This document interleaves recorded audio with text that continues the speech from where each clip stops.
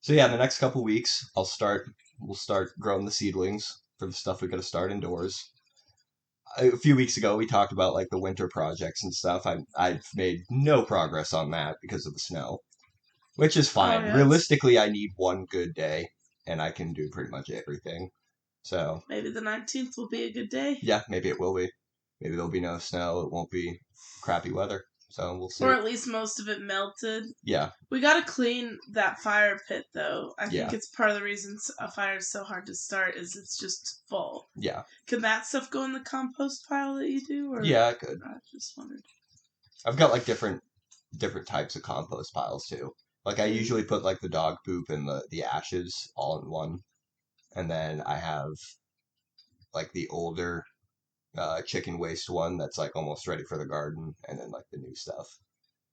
But so yeah, next few weeks that's what's on the planner, and then we'll definitely go from there. The future we'll definitely do some more of the chicken coop. We're talking about that. That'll be for another day. Sorry. Yeah. Hi, bub. That picture frame can distract me. That's also, I don't get as distracted in the office. There's a lot going around here. But Yeah. yeah, my cute nephew's on the picture frame, so I had to look.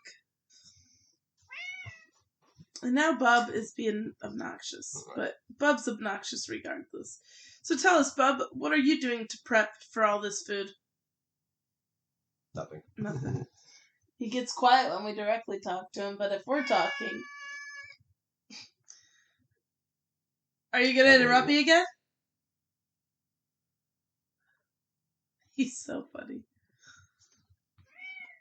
Best cat ever, man. Mm-hmm. Well, I grew up with a really good cat, too. I think I gotta let Watson in too. Yeah. He was outside. Sorry. I just don't think it's going to work today at this rate.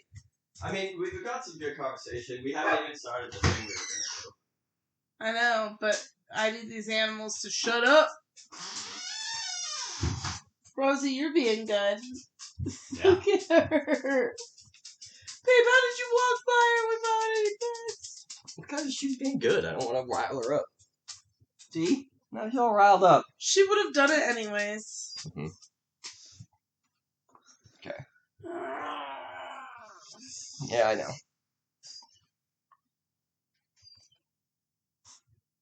Do you have any ideas or plans for the next few weeks, or are you just waiting until spring?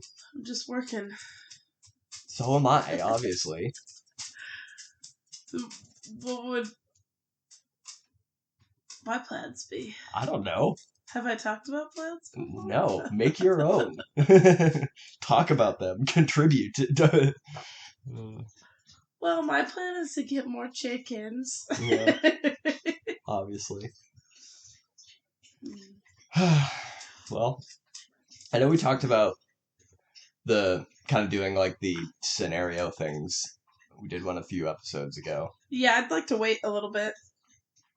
Why? Just, I think they'll settle in the next. Okay. So I want to keep having Yeah, conversation because if we get into the scenario, I want to be focused.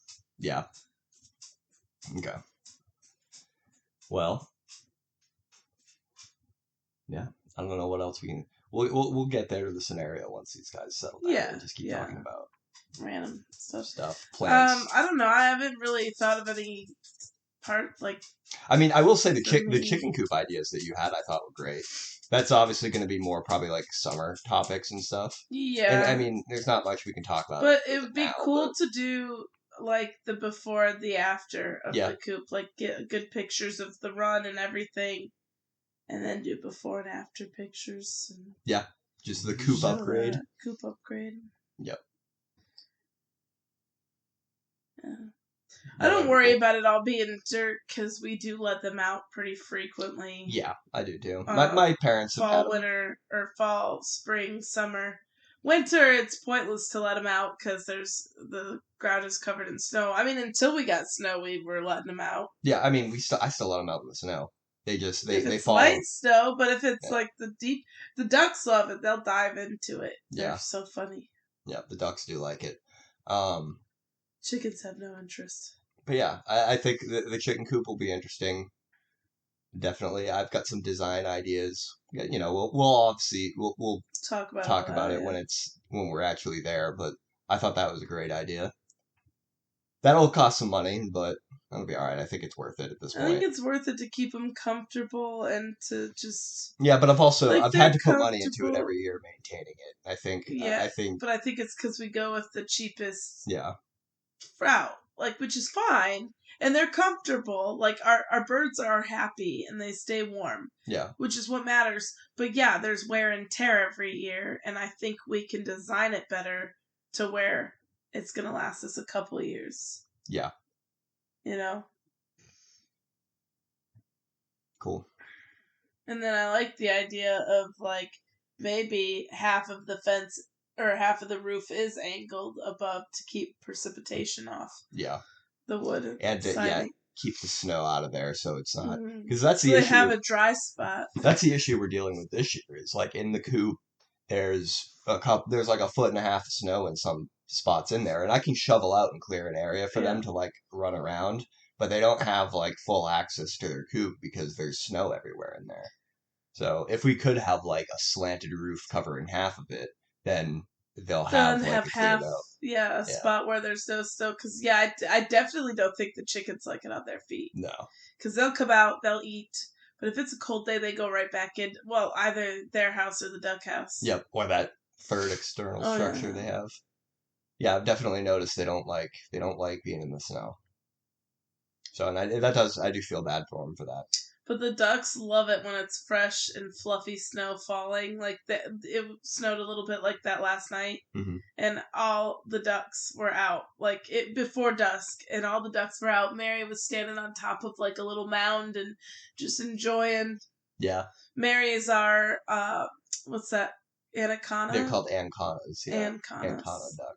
I call them cow ducks because they have white. They are white with gray or black spots. I'll say, or blotches, not even spots. It's cool. Yeah, Um, Marys are more grayish, I would say. yeah, So are pips, but I still call them cow ducks. yep. You can get some with very vibrant, like black and Black white, spots. like Yeah, yeah, yep. little Dalmatian ducks. Yeah, I like her demeanor too. She's a sweet duck. My other goal is to get through the spring without thinking we need a third puppy. You know how like women go through baby fever, which obviously I've had my fair share of baby fever, but I've been going through puppy fever lately. Yeah, It's been bad, dude. I had an employee bring in a lab puppy that she just got, nice. and it's so cute and so soft. And I just keep thinking about like I want dogs that enjoy the water because I have a husband and two dogs that don't enjoy the water. And like I think it'd be so fun to get a breed that like would sit on a paddleboard with me. I also need to get a paddleboard. Huh, so many goals. Here you're saving money and I'm like, Spencer. Yep. It's a very typical wife woman thing. Hmm. Oh yeah. So But like I think paddleboarding would be great for me. Like you could use the open top kayak while I have a paddleboard just cuz that one's better for fishing. mhm. And then like if it's colder weather you could just stay in the Yeah, other one, but I won't be paddleboarding if it's cold, but yeah, I think that's definitely a good way to do it. and you can fish and me and my new puppy can be on the paddleboard. Yeah. But yeah, cool. I want to talk about I always I think both of us have been like, oh yeah, like you like border collies. That's your favorite. Yeah. And I've always loved Rottweilers. I had a really good couple of Rottweilers growing up, and they're just these big babies that people think they're mean, but they were actually originally like sheep herding dogs in Germany. Really? Yeah, they weren't, and then they were bred to be mean or put in dog fights. It's the owner, right? That's generally the consensus. I mean, there are some breeds that are more hyper aggressive, but it's all still about the training and stuff. But we always joke and we always talk about like, and then now I've been on a Newfoundland kick. I love those because they do like swimming, which is funny. They're a massive dog. I wouldn't think that they'd be able to swim, but they're known for being good swimmers because they're Canadian, eh? Oh yeah. But I know when it comes down to it, when we're ready for another dog, or these ones are gone and we get another dog. We are such humane society people. Yeah, we I always adopt go for the mutts. the mutts. Well, they're hardier. I think they're because you can get mutts now through breeders because there's certain mutt breeds that people desire, like those Colorado Mountain Dogs that we saw at the fair. Yep. All they are is, I'm pretty sure it's an Anatolian Shepherd and a Great Pyrenees mix. Really? Yeah. Interesting. Yeah, those are pretty dogs. I like them. I know there's Great Pyrenees in them. They have that structure.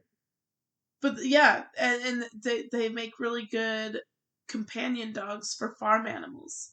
Really? Like I was talking to the one guy and he goes, yeah, the dogs mostly stay with the animals in the barn. Yeah. I would have a hard time with that, but yeah, they were sacked out. They didn't care people were around. Yeah, they were just sleeping amongst the goats. Well, yeah. Well, it was just the one goat. They had the Bowen in there. I want a Bowen goat. He was cute. Yeah. If in the future, if we ever leave this property and we do get like a bigger homestead that we want, I want to build a goat house. I would like some goats. Just 2. I want it big enough to where we can let them have some lambs so we can milk them. Mm-hmm. And I don't want to give them hormones. I'll just have them, let them have a couple babies. Yeah. Yeah. No, but it'd be fun. So, yeah, I know when we get a future dog, I would like to, go as puppy as we can with it, just because it's harder to train the older they are. Yeah. But yeah, I'm a mutt person, and I dream about different types of dogs, even the Australian Shepherds. I've been on a kick because right now I'm on a kick of what would fit on my paddleboard. Yeah. And be good in the water, right? Because a Newfie is good in the water, but I can't imagine that thing on a paddleboard. Yeah. It'd be like having Grug on a paddleboard. We'd sink, capsize. Grug is my dad's 200-pound Mastiff St. Bernard. Yeah, he's a big dog. He baby. He's not a great swimmer. He can do it, but probably not for a long time. Yeah. But yeah, I just am a humane society person for sure. I've never had a mutt that I haven't loved, Yeah, I haven't either. Like, Rosie's definitely a mutt, and she literally looks like a potato. I mean, we've had her on a short of ours, and I'm sure we'll have her on more shorts to come, but... That's a hardy dog right there. Yeah, she honestly is, though. I mean, I know she has her issues, so she definitely has something mentally wrong with her, and she has hip dysplasia. But the girl's got an iron gut. I swear she can, because, your mom likes to feed them everything under the sun, and when they house sit and they get home, Watson will be like sick, like purging the demons, sick. He's been better now, like because we've figured out what makes him sick. But Rosie, dude, I've hardly seen her have digestive issues. The most I've seen is her eat too fast and throw up. Yes. That's her biggest problem. She's very food oriented. She was a rescue. She was free on a Facebook buy and sell page, and it made me nervous because she kind of looks like she could have pit in her, and I didn't want someone mean to adopt her. Yeah. She's so sweet. You remember that day? I go, Jake, you want to go meet this dog? Yeah, and I was like, well, if we're going to go meet her, we're going to take her. Like, there's no circumstance in which I see a dog, and I'm like, no, I think I'm not going to take it, Flying, they're like, oh, the dog's friendly. She is... We're going to take her then. She is your baby for sure. Yeah. Rosie, Bob's the one who wanted you. Mm-hmm. It's so funny, though, because we'll sit next to each other on the couch, And Rosie will have to wedge between us. She gets so jealous. Yeah.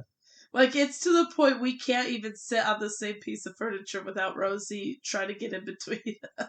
Yeah. I mean, obviously, she's told no occasionally, but it's so cute. It's hard to discourage her just because she wants to be close to you, you know? Yeah. And that is the thing. That is why I will never trust a person who doesn't like dogs.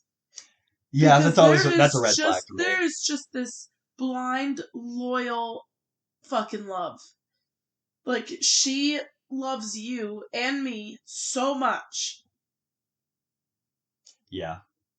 And I have to remind myself because, you know, she does have some issues and nothing, like, super bad. But, like, I have to remind myself, be patient, be patient, be patient. Because she's definitely not, like, we flucked out. Neither of our dogs chewed on crap.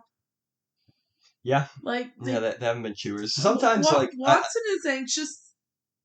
I've noticed if they want to act out, Rosie will do this, and Watson will too, is they'll rip up cardboard. Yeah. They'll get cardboard and they'll just shred it. That's an anxiety thing too, though, because I know Klaus did that as well. The Rottweiler mix my parents had. And it was always cardboard or paper towel, which is better than remote controls and furniture, because when Grug went through his puppy phase, he was chewing up... You've seen my dad's furniture. There's corners of his furniture that have gnaw marks. Yeah. So, we did look out, and I don't know if it's because we did kind of get them a little past their puppy phase. I mean, Rosie was about 2 is what they told us.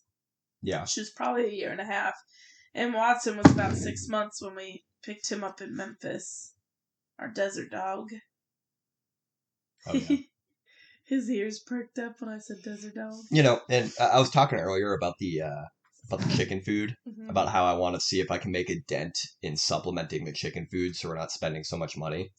I'm never really going to try that with the dogs, just because I feel bad. Like, I don't think, aside from, like, meat, I don't really think there's much I could do. No. I'd rather, and it's like I'd rather keep them, like, fed healthy. The chickens don't give a shit. Like, Chickens I can give them, I can supplement their food with fish and vegetables and stuff, and they're probably going to be happier than just eating the regular grain from the store. We could need to dispose of a body and just get it into small bits for the chickens. Yeah. They don't care. Yeah, the chickens will eat whatever, but...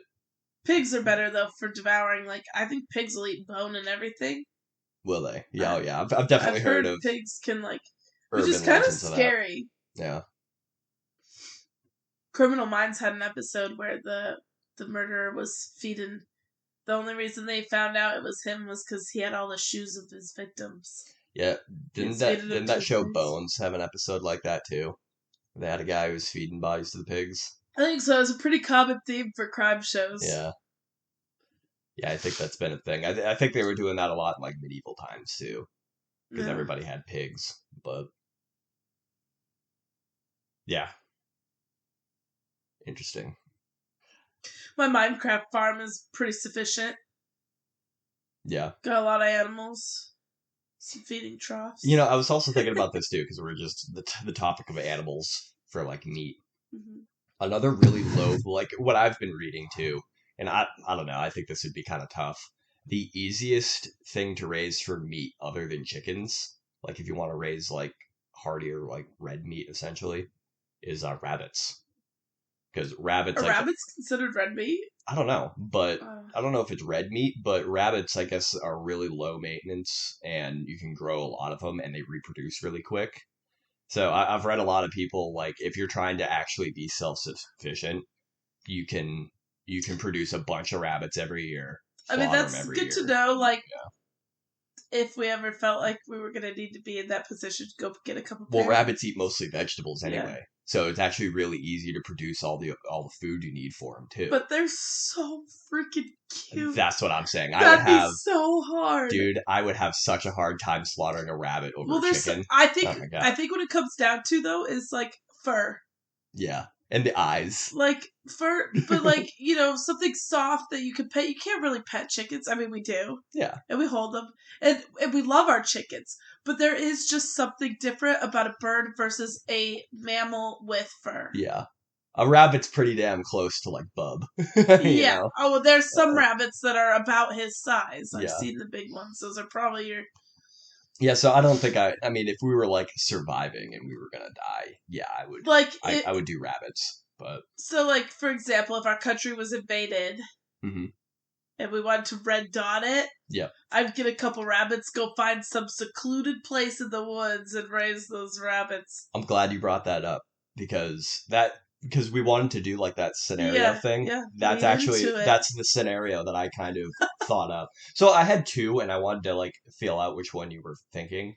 We've done the no electricity one on Yeah, like our old yeah, we podcast did that. before.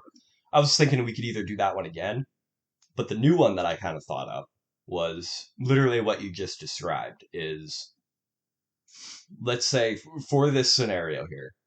A lot of these scenarios too, usually I don't get too specific with what happened as to why you have to, because you can think up anything you want, Yeah, and a political, lot of it's natural not going to have disaster. any like. I mean, you especially like if you go into like zombies, you're Yeah, gonna yeah, have so many things that are unrealistic. yeah. So for the sake of this scenario here, think up whatever you want. We are leaving society now. Like whatever is we've in this scenario we have lived through months of utter brutal chaos. There is no more civilization. There is no more like industry. Yes, there's people out there, but like the stores aren't being stocked. Industry isn't producing anymore. It's just complete like wasteland from what we have. So in this scenario, we've decided we are gonna get in the suburban and we are gonna drive out into the middle of nowhere and reestablish because it's just too chaotic to be in civilization or what's left of it now. So for this scenario, we're going to have a very limited amount of stuff that we're going to bring. Hmm. And you will get into this in a minute, but we're going to go out into the middle of the New Hampshire Where mountains, or we're going to go north for this scenario. And I disagree. okay. All right, so yeah, let's start it here. So we're leaving civilization and we're going to start a homestead from scratch for this scenario. Where I where are we going? south. South. Okay. I'd go probably Tennessee east, like Hick. Okay. The reason I said north was I don't know how attainable. If with the situation I just described, I think fuel is going to be incredibly hard to get our hands on, and using the See, vehicle is going to would be we have had warning before we came to this conclusion, though? Because the way you set it up, we had warning that we were going to leave. Yeah, yeah, that true. we were going to leave. Yeah, So at some point, I feel like we would have stocked up on the things like that we would have like gas being one of them. okay. And Yeah, so let's just say we have enough gas to. I know west seems unfeasible. Or not feasible. yeah, I think I talking made like it Midwest. Well, just like It's pretty far, but yeah. I was thinking Colorado Mountains, like that would be too far. But the thing is have you ever been to like eastern Tennessee? It driven through it. it is very rural. Like Yeah. lots of woods, lots of not necessarily mountains, but it gets less harsh winters. Yeah, true. So so first and foremost that's why my drive is to go a little more south where the winters aren't as harsh. Okay, so yeah, we can say that. That's where we're going. And honestly, I would hope that if we had saw it going this way, we would have gotten a couple rabbits. Because the nice thing about rabbits is they're going to be a lot quieter than chickens. Yeah, and they'll reproduce pretty quick. So But I'd let's say, still try to keep chickens because eggs. all right. So let's say we have the warning and we still have access to like the basics: fuel, food, whatever, Mm-hmm. and the suburban's the only thing we're bringing. So we've got a little bit of extra fuel. Even then, it's like we don't have enough to get to Tennessee. Even if we have jerry cans with fuel in there, we're gonna get maybe past New York City, and that's it. Yeah, but we'd see cars along the way where we could siphon. True. Yeah, you're right. I just think there'd be a way if we had. Yeah, Because siphoning gas. I think That's you true. and I guess I'm just thinking of us, and I'm thinking we would have come to this conclusion before it was too late. Yeah. So that's kind of where I'm at. So let's stop arguing the gas thing, because I just feel like there'd be a way to get to Tennessee. It's not that far of a drive. It's not as far as you're thinking it is. I mean, it's gonna with the suburban, it's gonna be like 4 or 5 tanks of gas.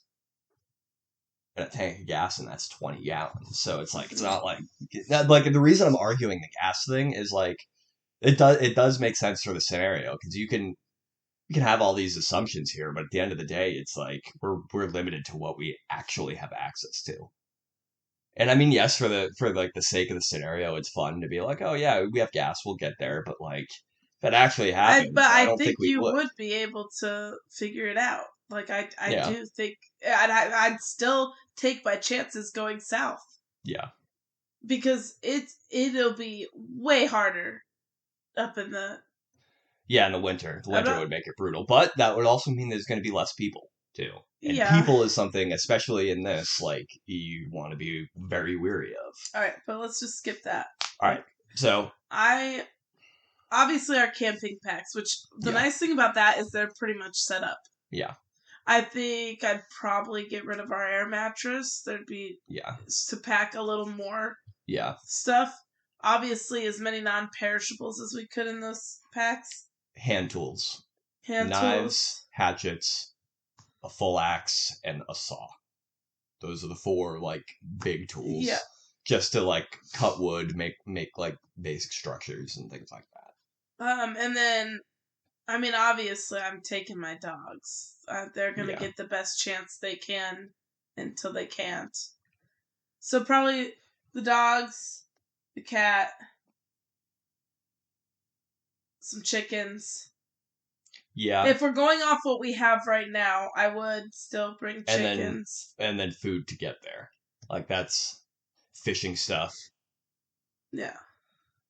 Not to like change the topic here, we'll continue with the scenario, but that's something I want to do this summer when we're out camping out in the woods is I want to try to catch fish without fishing gear. Like with actually nothing, like But make we a have net. fishing gear, so why wouldn't we just pack it? Of course. But think about this though. Like, and I've thought about everyone's like, oh, fishing is an easy way to.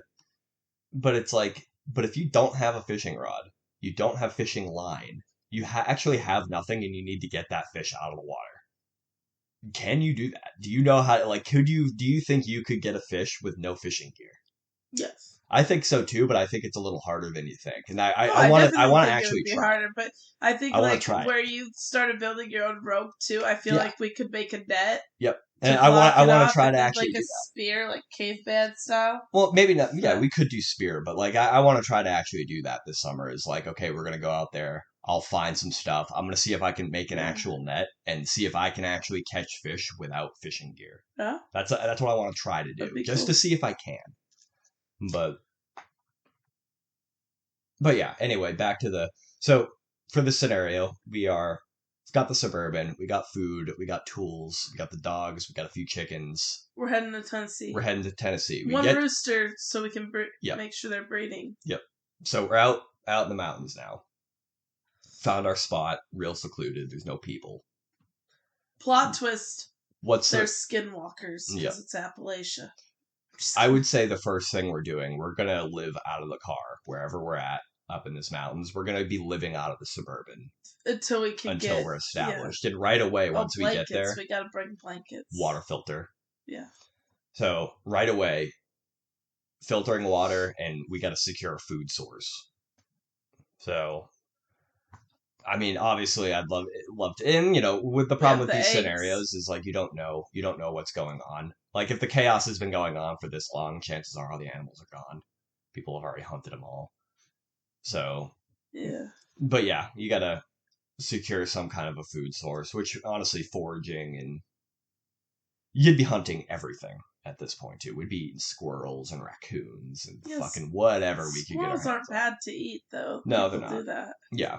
But what I'm saying is like we would just have to immediately start securing food and then start building structures. I mean, but remember we brought the chickens too, so at least we have the eggs if they're laying. Yeah. But then we have to think about the eggs that we let hatch and that stuff too. Yeah.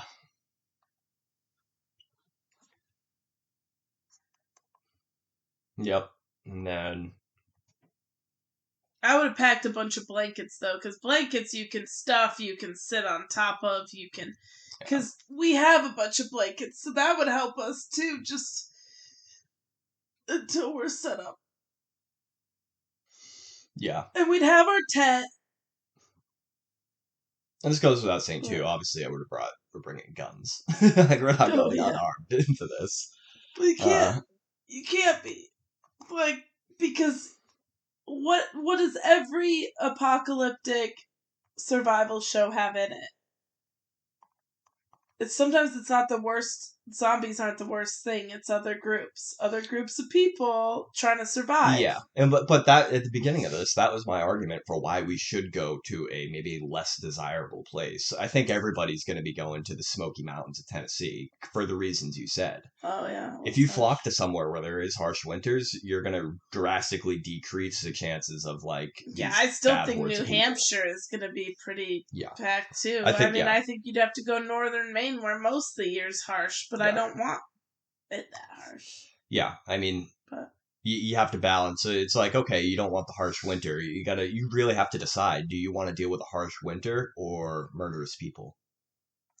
Like that's what you're gonna have to decide, because the more people there is, the more likely you're gonna encounter bad people. You know? Yeah, but so I don't know. I think your argument just New England is so overpopulated as it is. Yeah. I'm telling you, everyone from Massachusetts, Connecticut, they're all going to the New Hampshire mountains. It's going to be just as crowded. Initially. The East is going to be crowded. This is going to be really dark. It will be crowded initially, but as you just said, like the resources here won't sustain the population, so it'll only be crowded for like the first year, and then most people are going to die, and then it won't be crowded. So unfortunately, you just got to get through that. You got to be the cream of the crop. You have a lot of confidence in us. You got to be the cream of the crop. Yeah, I have confidence in myself. But there's a lot of hardy New Hampshire people that would do just fine. Yeah. Are you telling me our neighbors up the road wouldn't do just fine? Yeah, they'd be fine. A lot of people around here, I think, would do all right. But also, too, I think, because it would come down, you would get like communities of people that do come together and support each other, and that's going to be obviously the best way to do it. It is, yeah. That's like in our scenario, I want to trust my.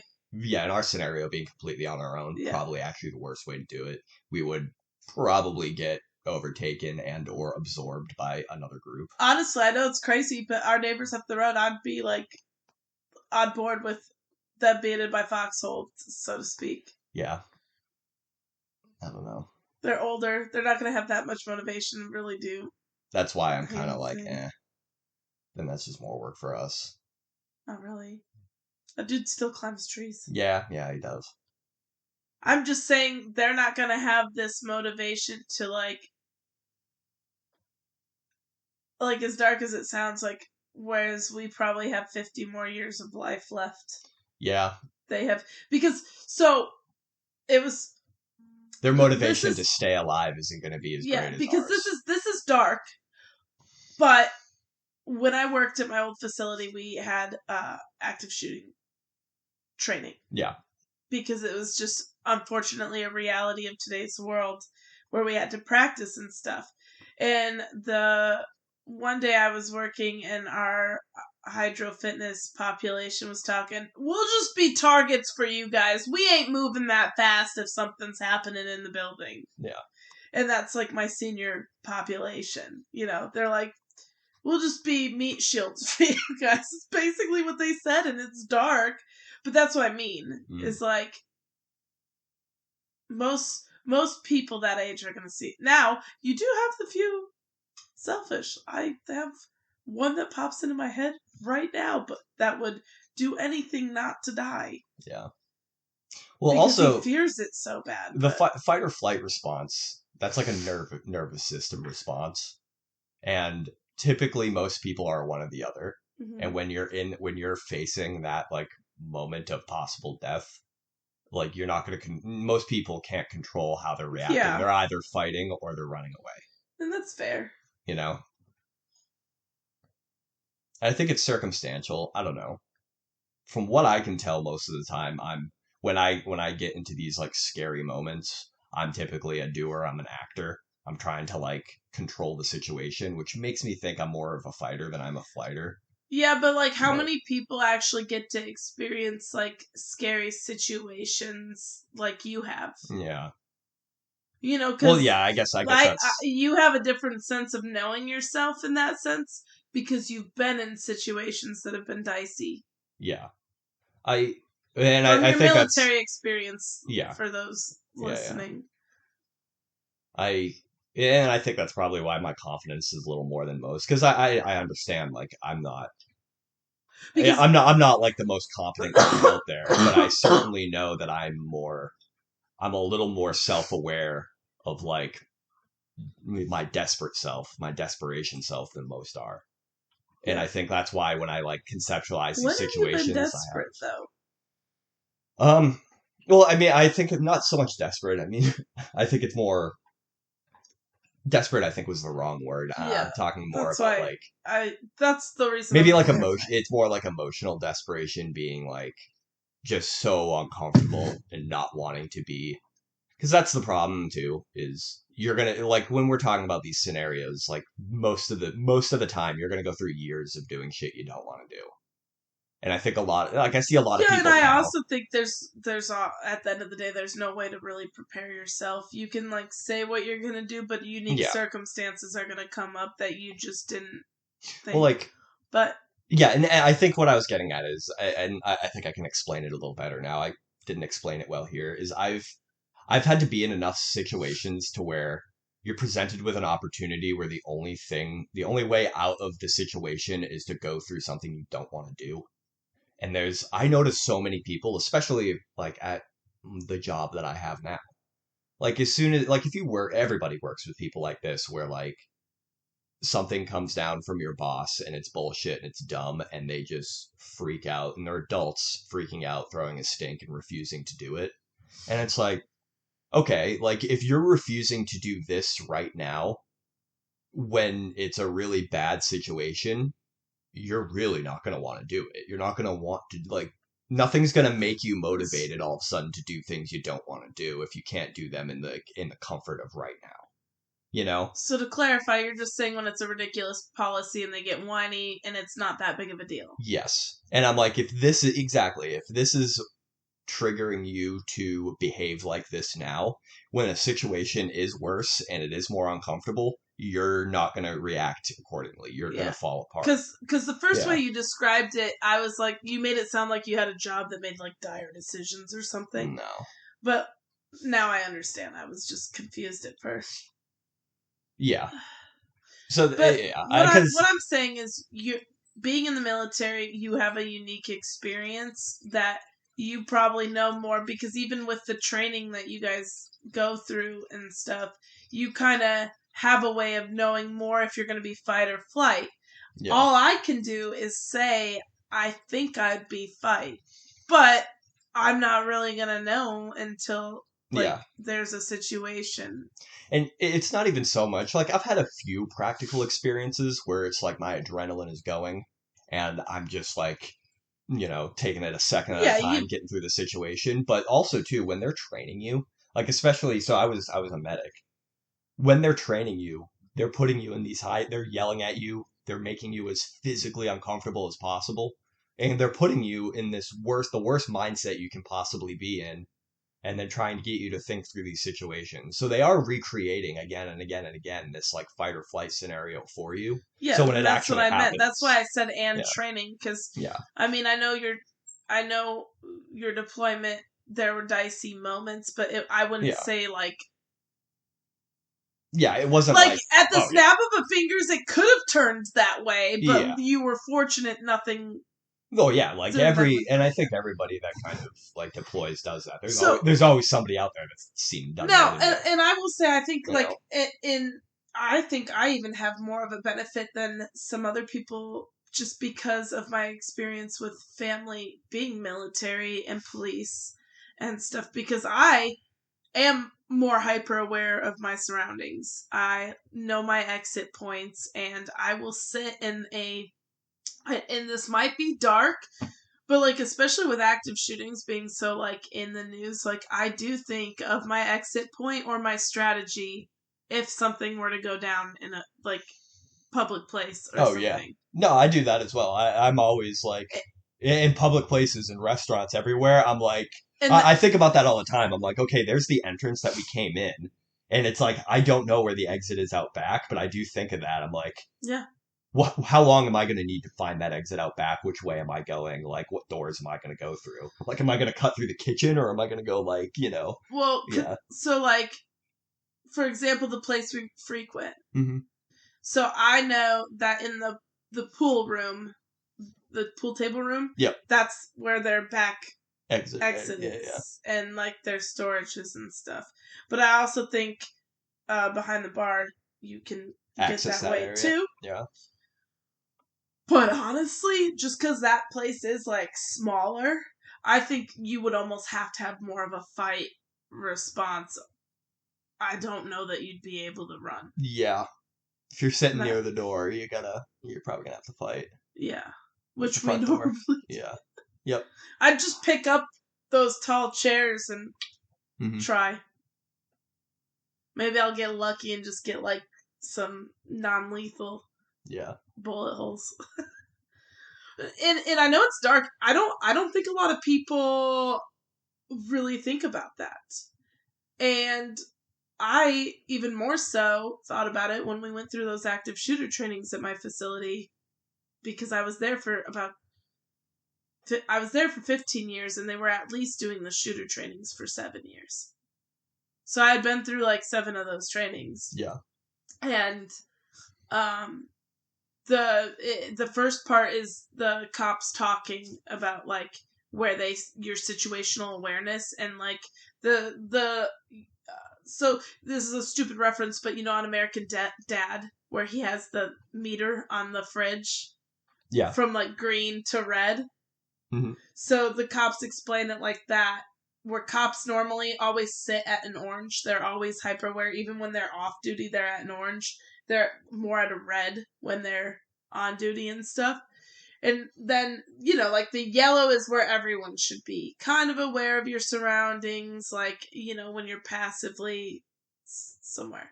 But I do feel like, especially when I'm in a new place, I'm definitely more orange. Like, I am hyper aware of my surroundings. And I'm the person that if I'm off after dark, especially the suburban, and especially the homeless population and the cold season, like the suburban doesn't always lock very well. Yeah. So my fear, because we have no, it's like that one day there's going to be like a homeless person sleeping in there or something. So, but I am the person that checks my backseat. I look in the windows before, and I look under as I'm approaching, because I feel like I don't ever want to be in a situation that could have been avoidable if I had just been a little more aware. Yeah. And I know that sounds paranoid, walking out to your car and checking under, but like I've heard the stories growing up of people waiting and cutting your Achilles, and like, see, you just brought something up talking about like, oh, I know it seems paranoid, and that I think is a huge issue with like the prepper type people.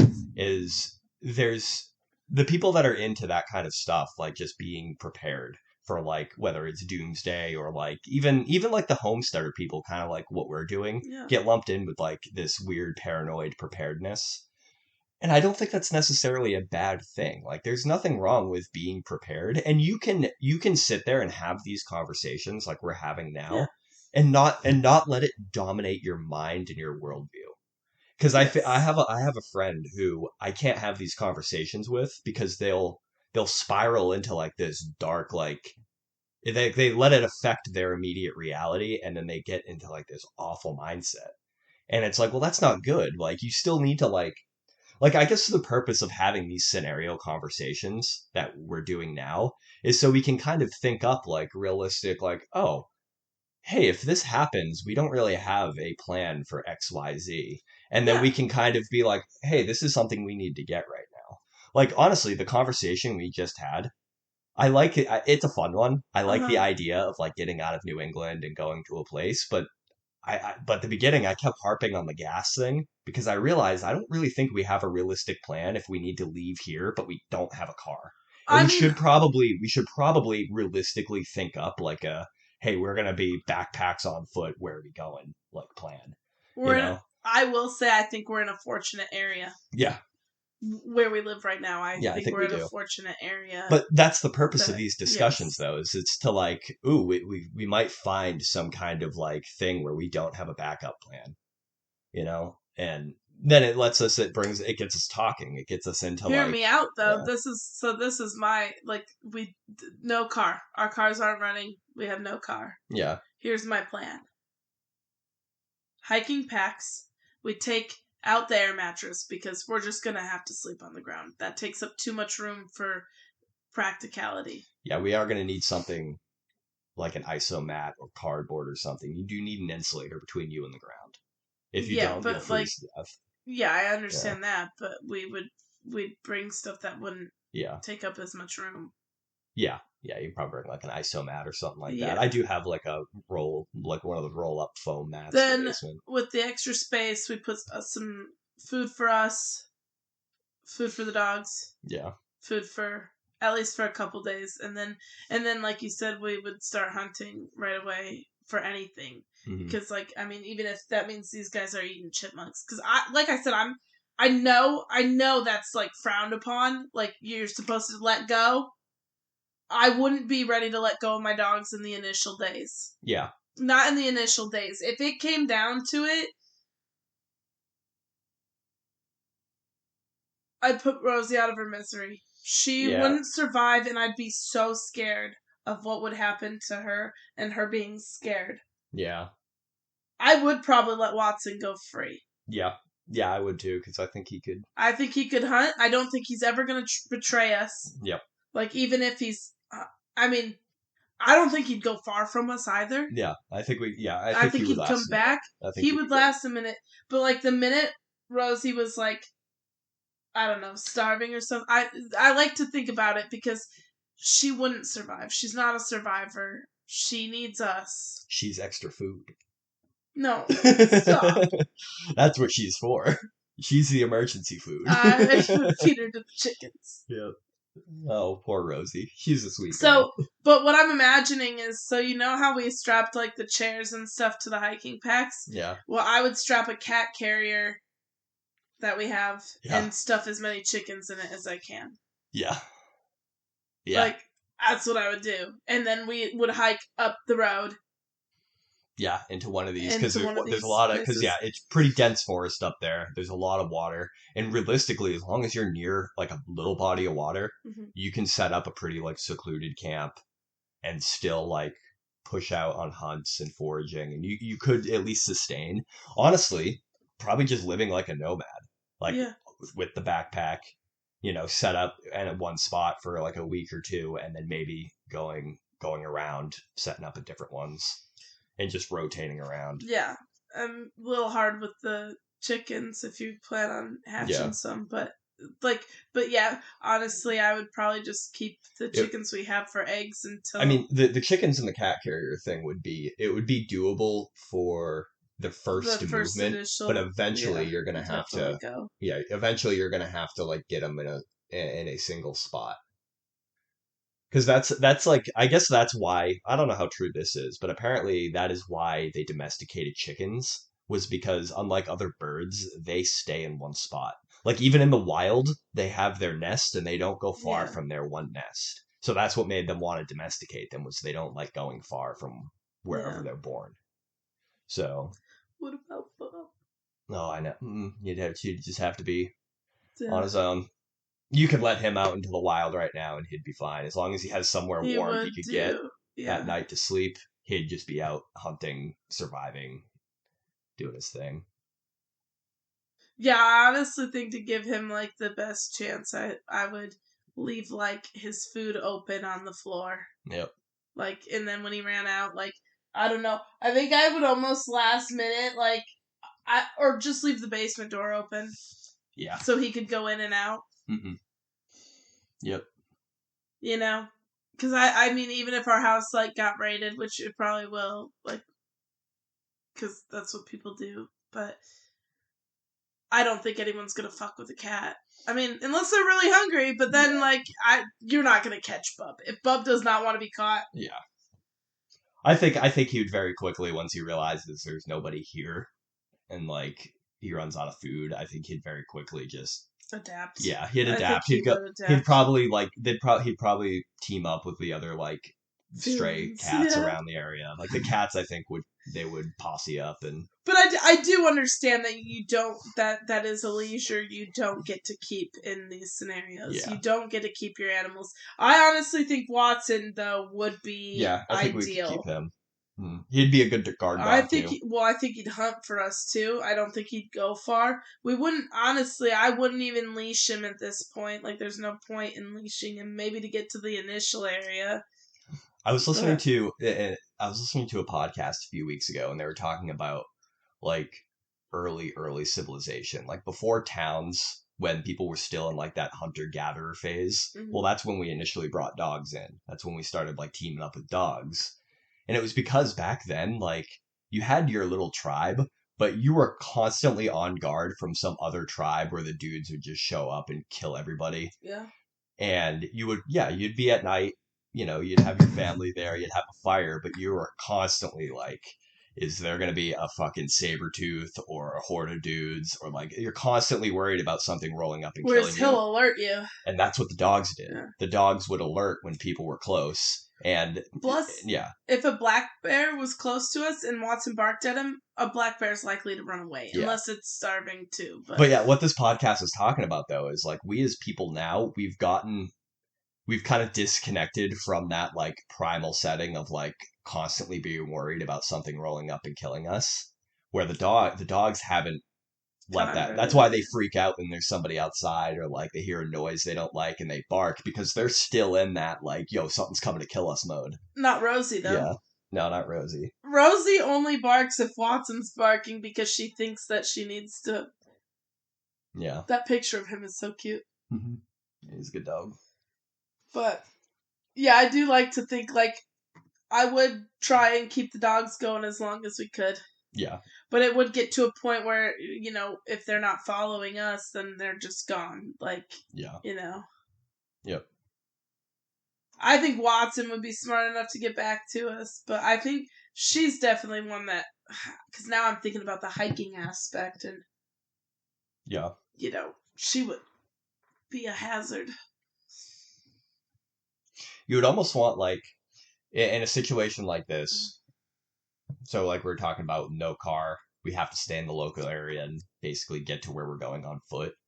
Your shelter and like your main base, you'd want it to be like really low vis. So like low visibility. So it would almost be like beneficial making like digging a giant ditch and putting like a little roof or something on it. Like something in the middle of the woods that's like, right now you would look at and be like, no, like I wouldn't live there, but like you'd want it like really well hidden. So like even if people are passing by, they might not even see your little like bungalow, your little hobbit hole, Mm-hmm. Well, because think, even if you put a little roof on it, you can cover it with like leaves and brush. Yeah. Yep.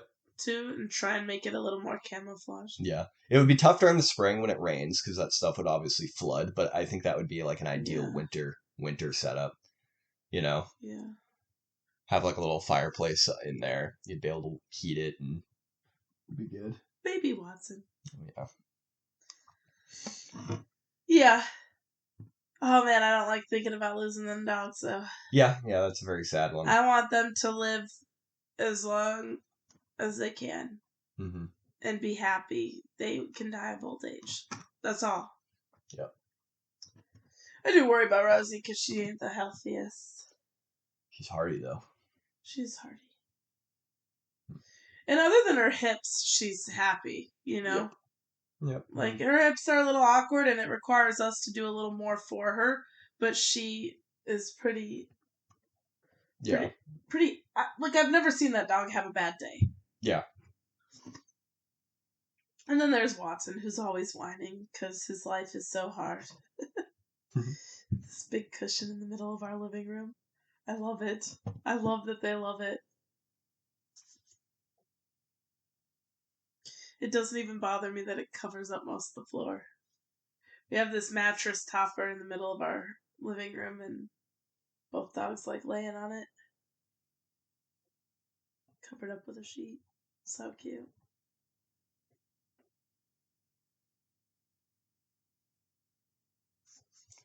Yeah. I'm about done. Sweet! Cool. I'm gonna play some Minecraft.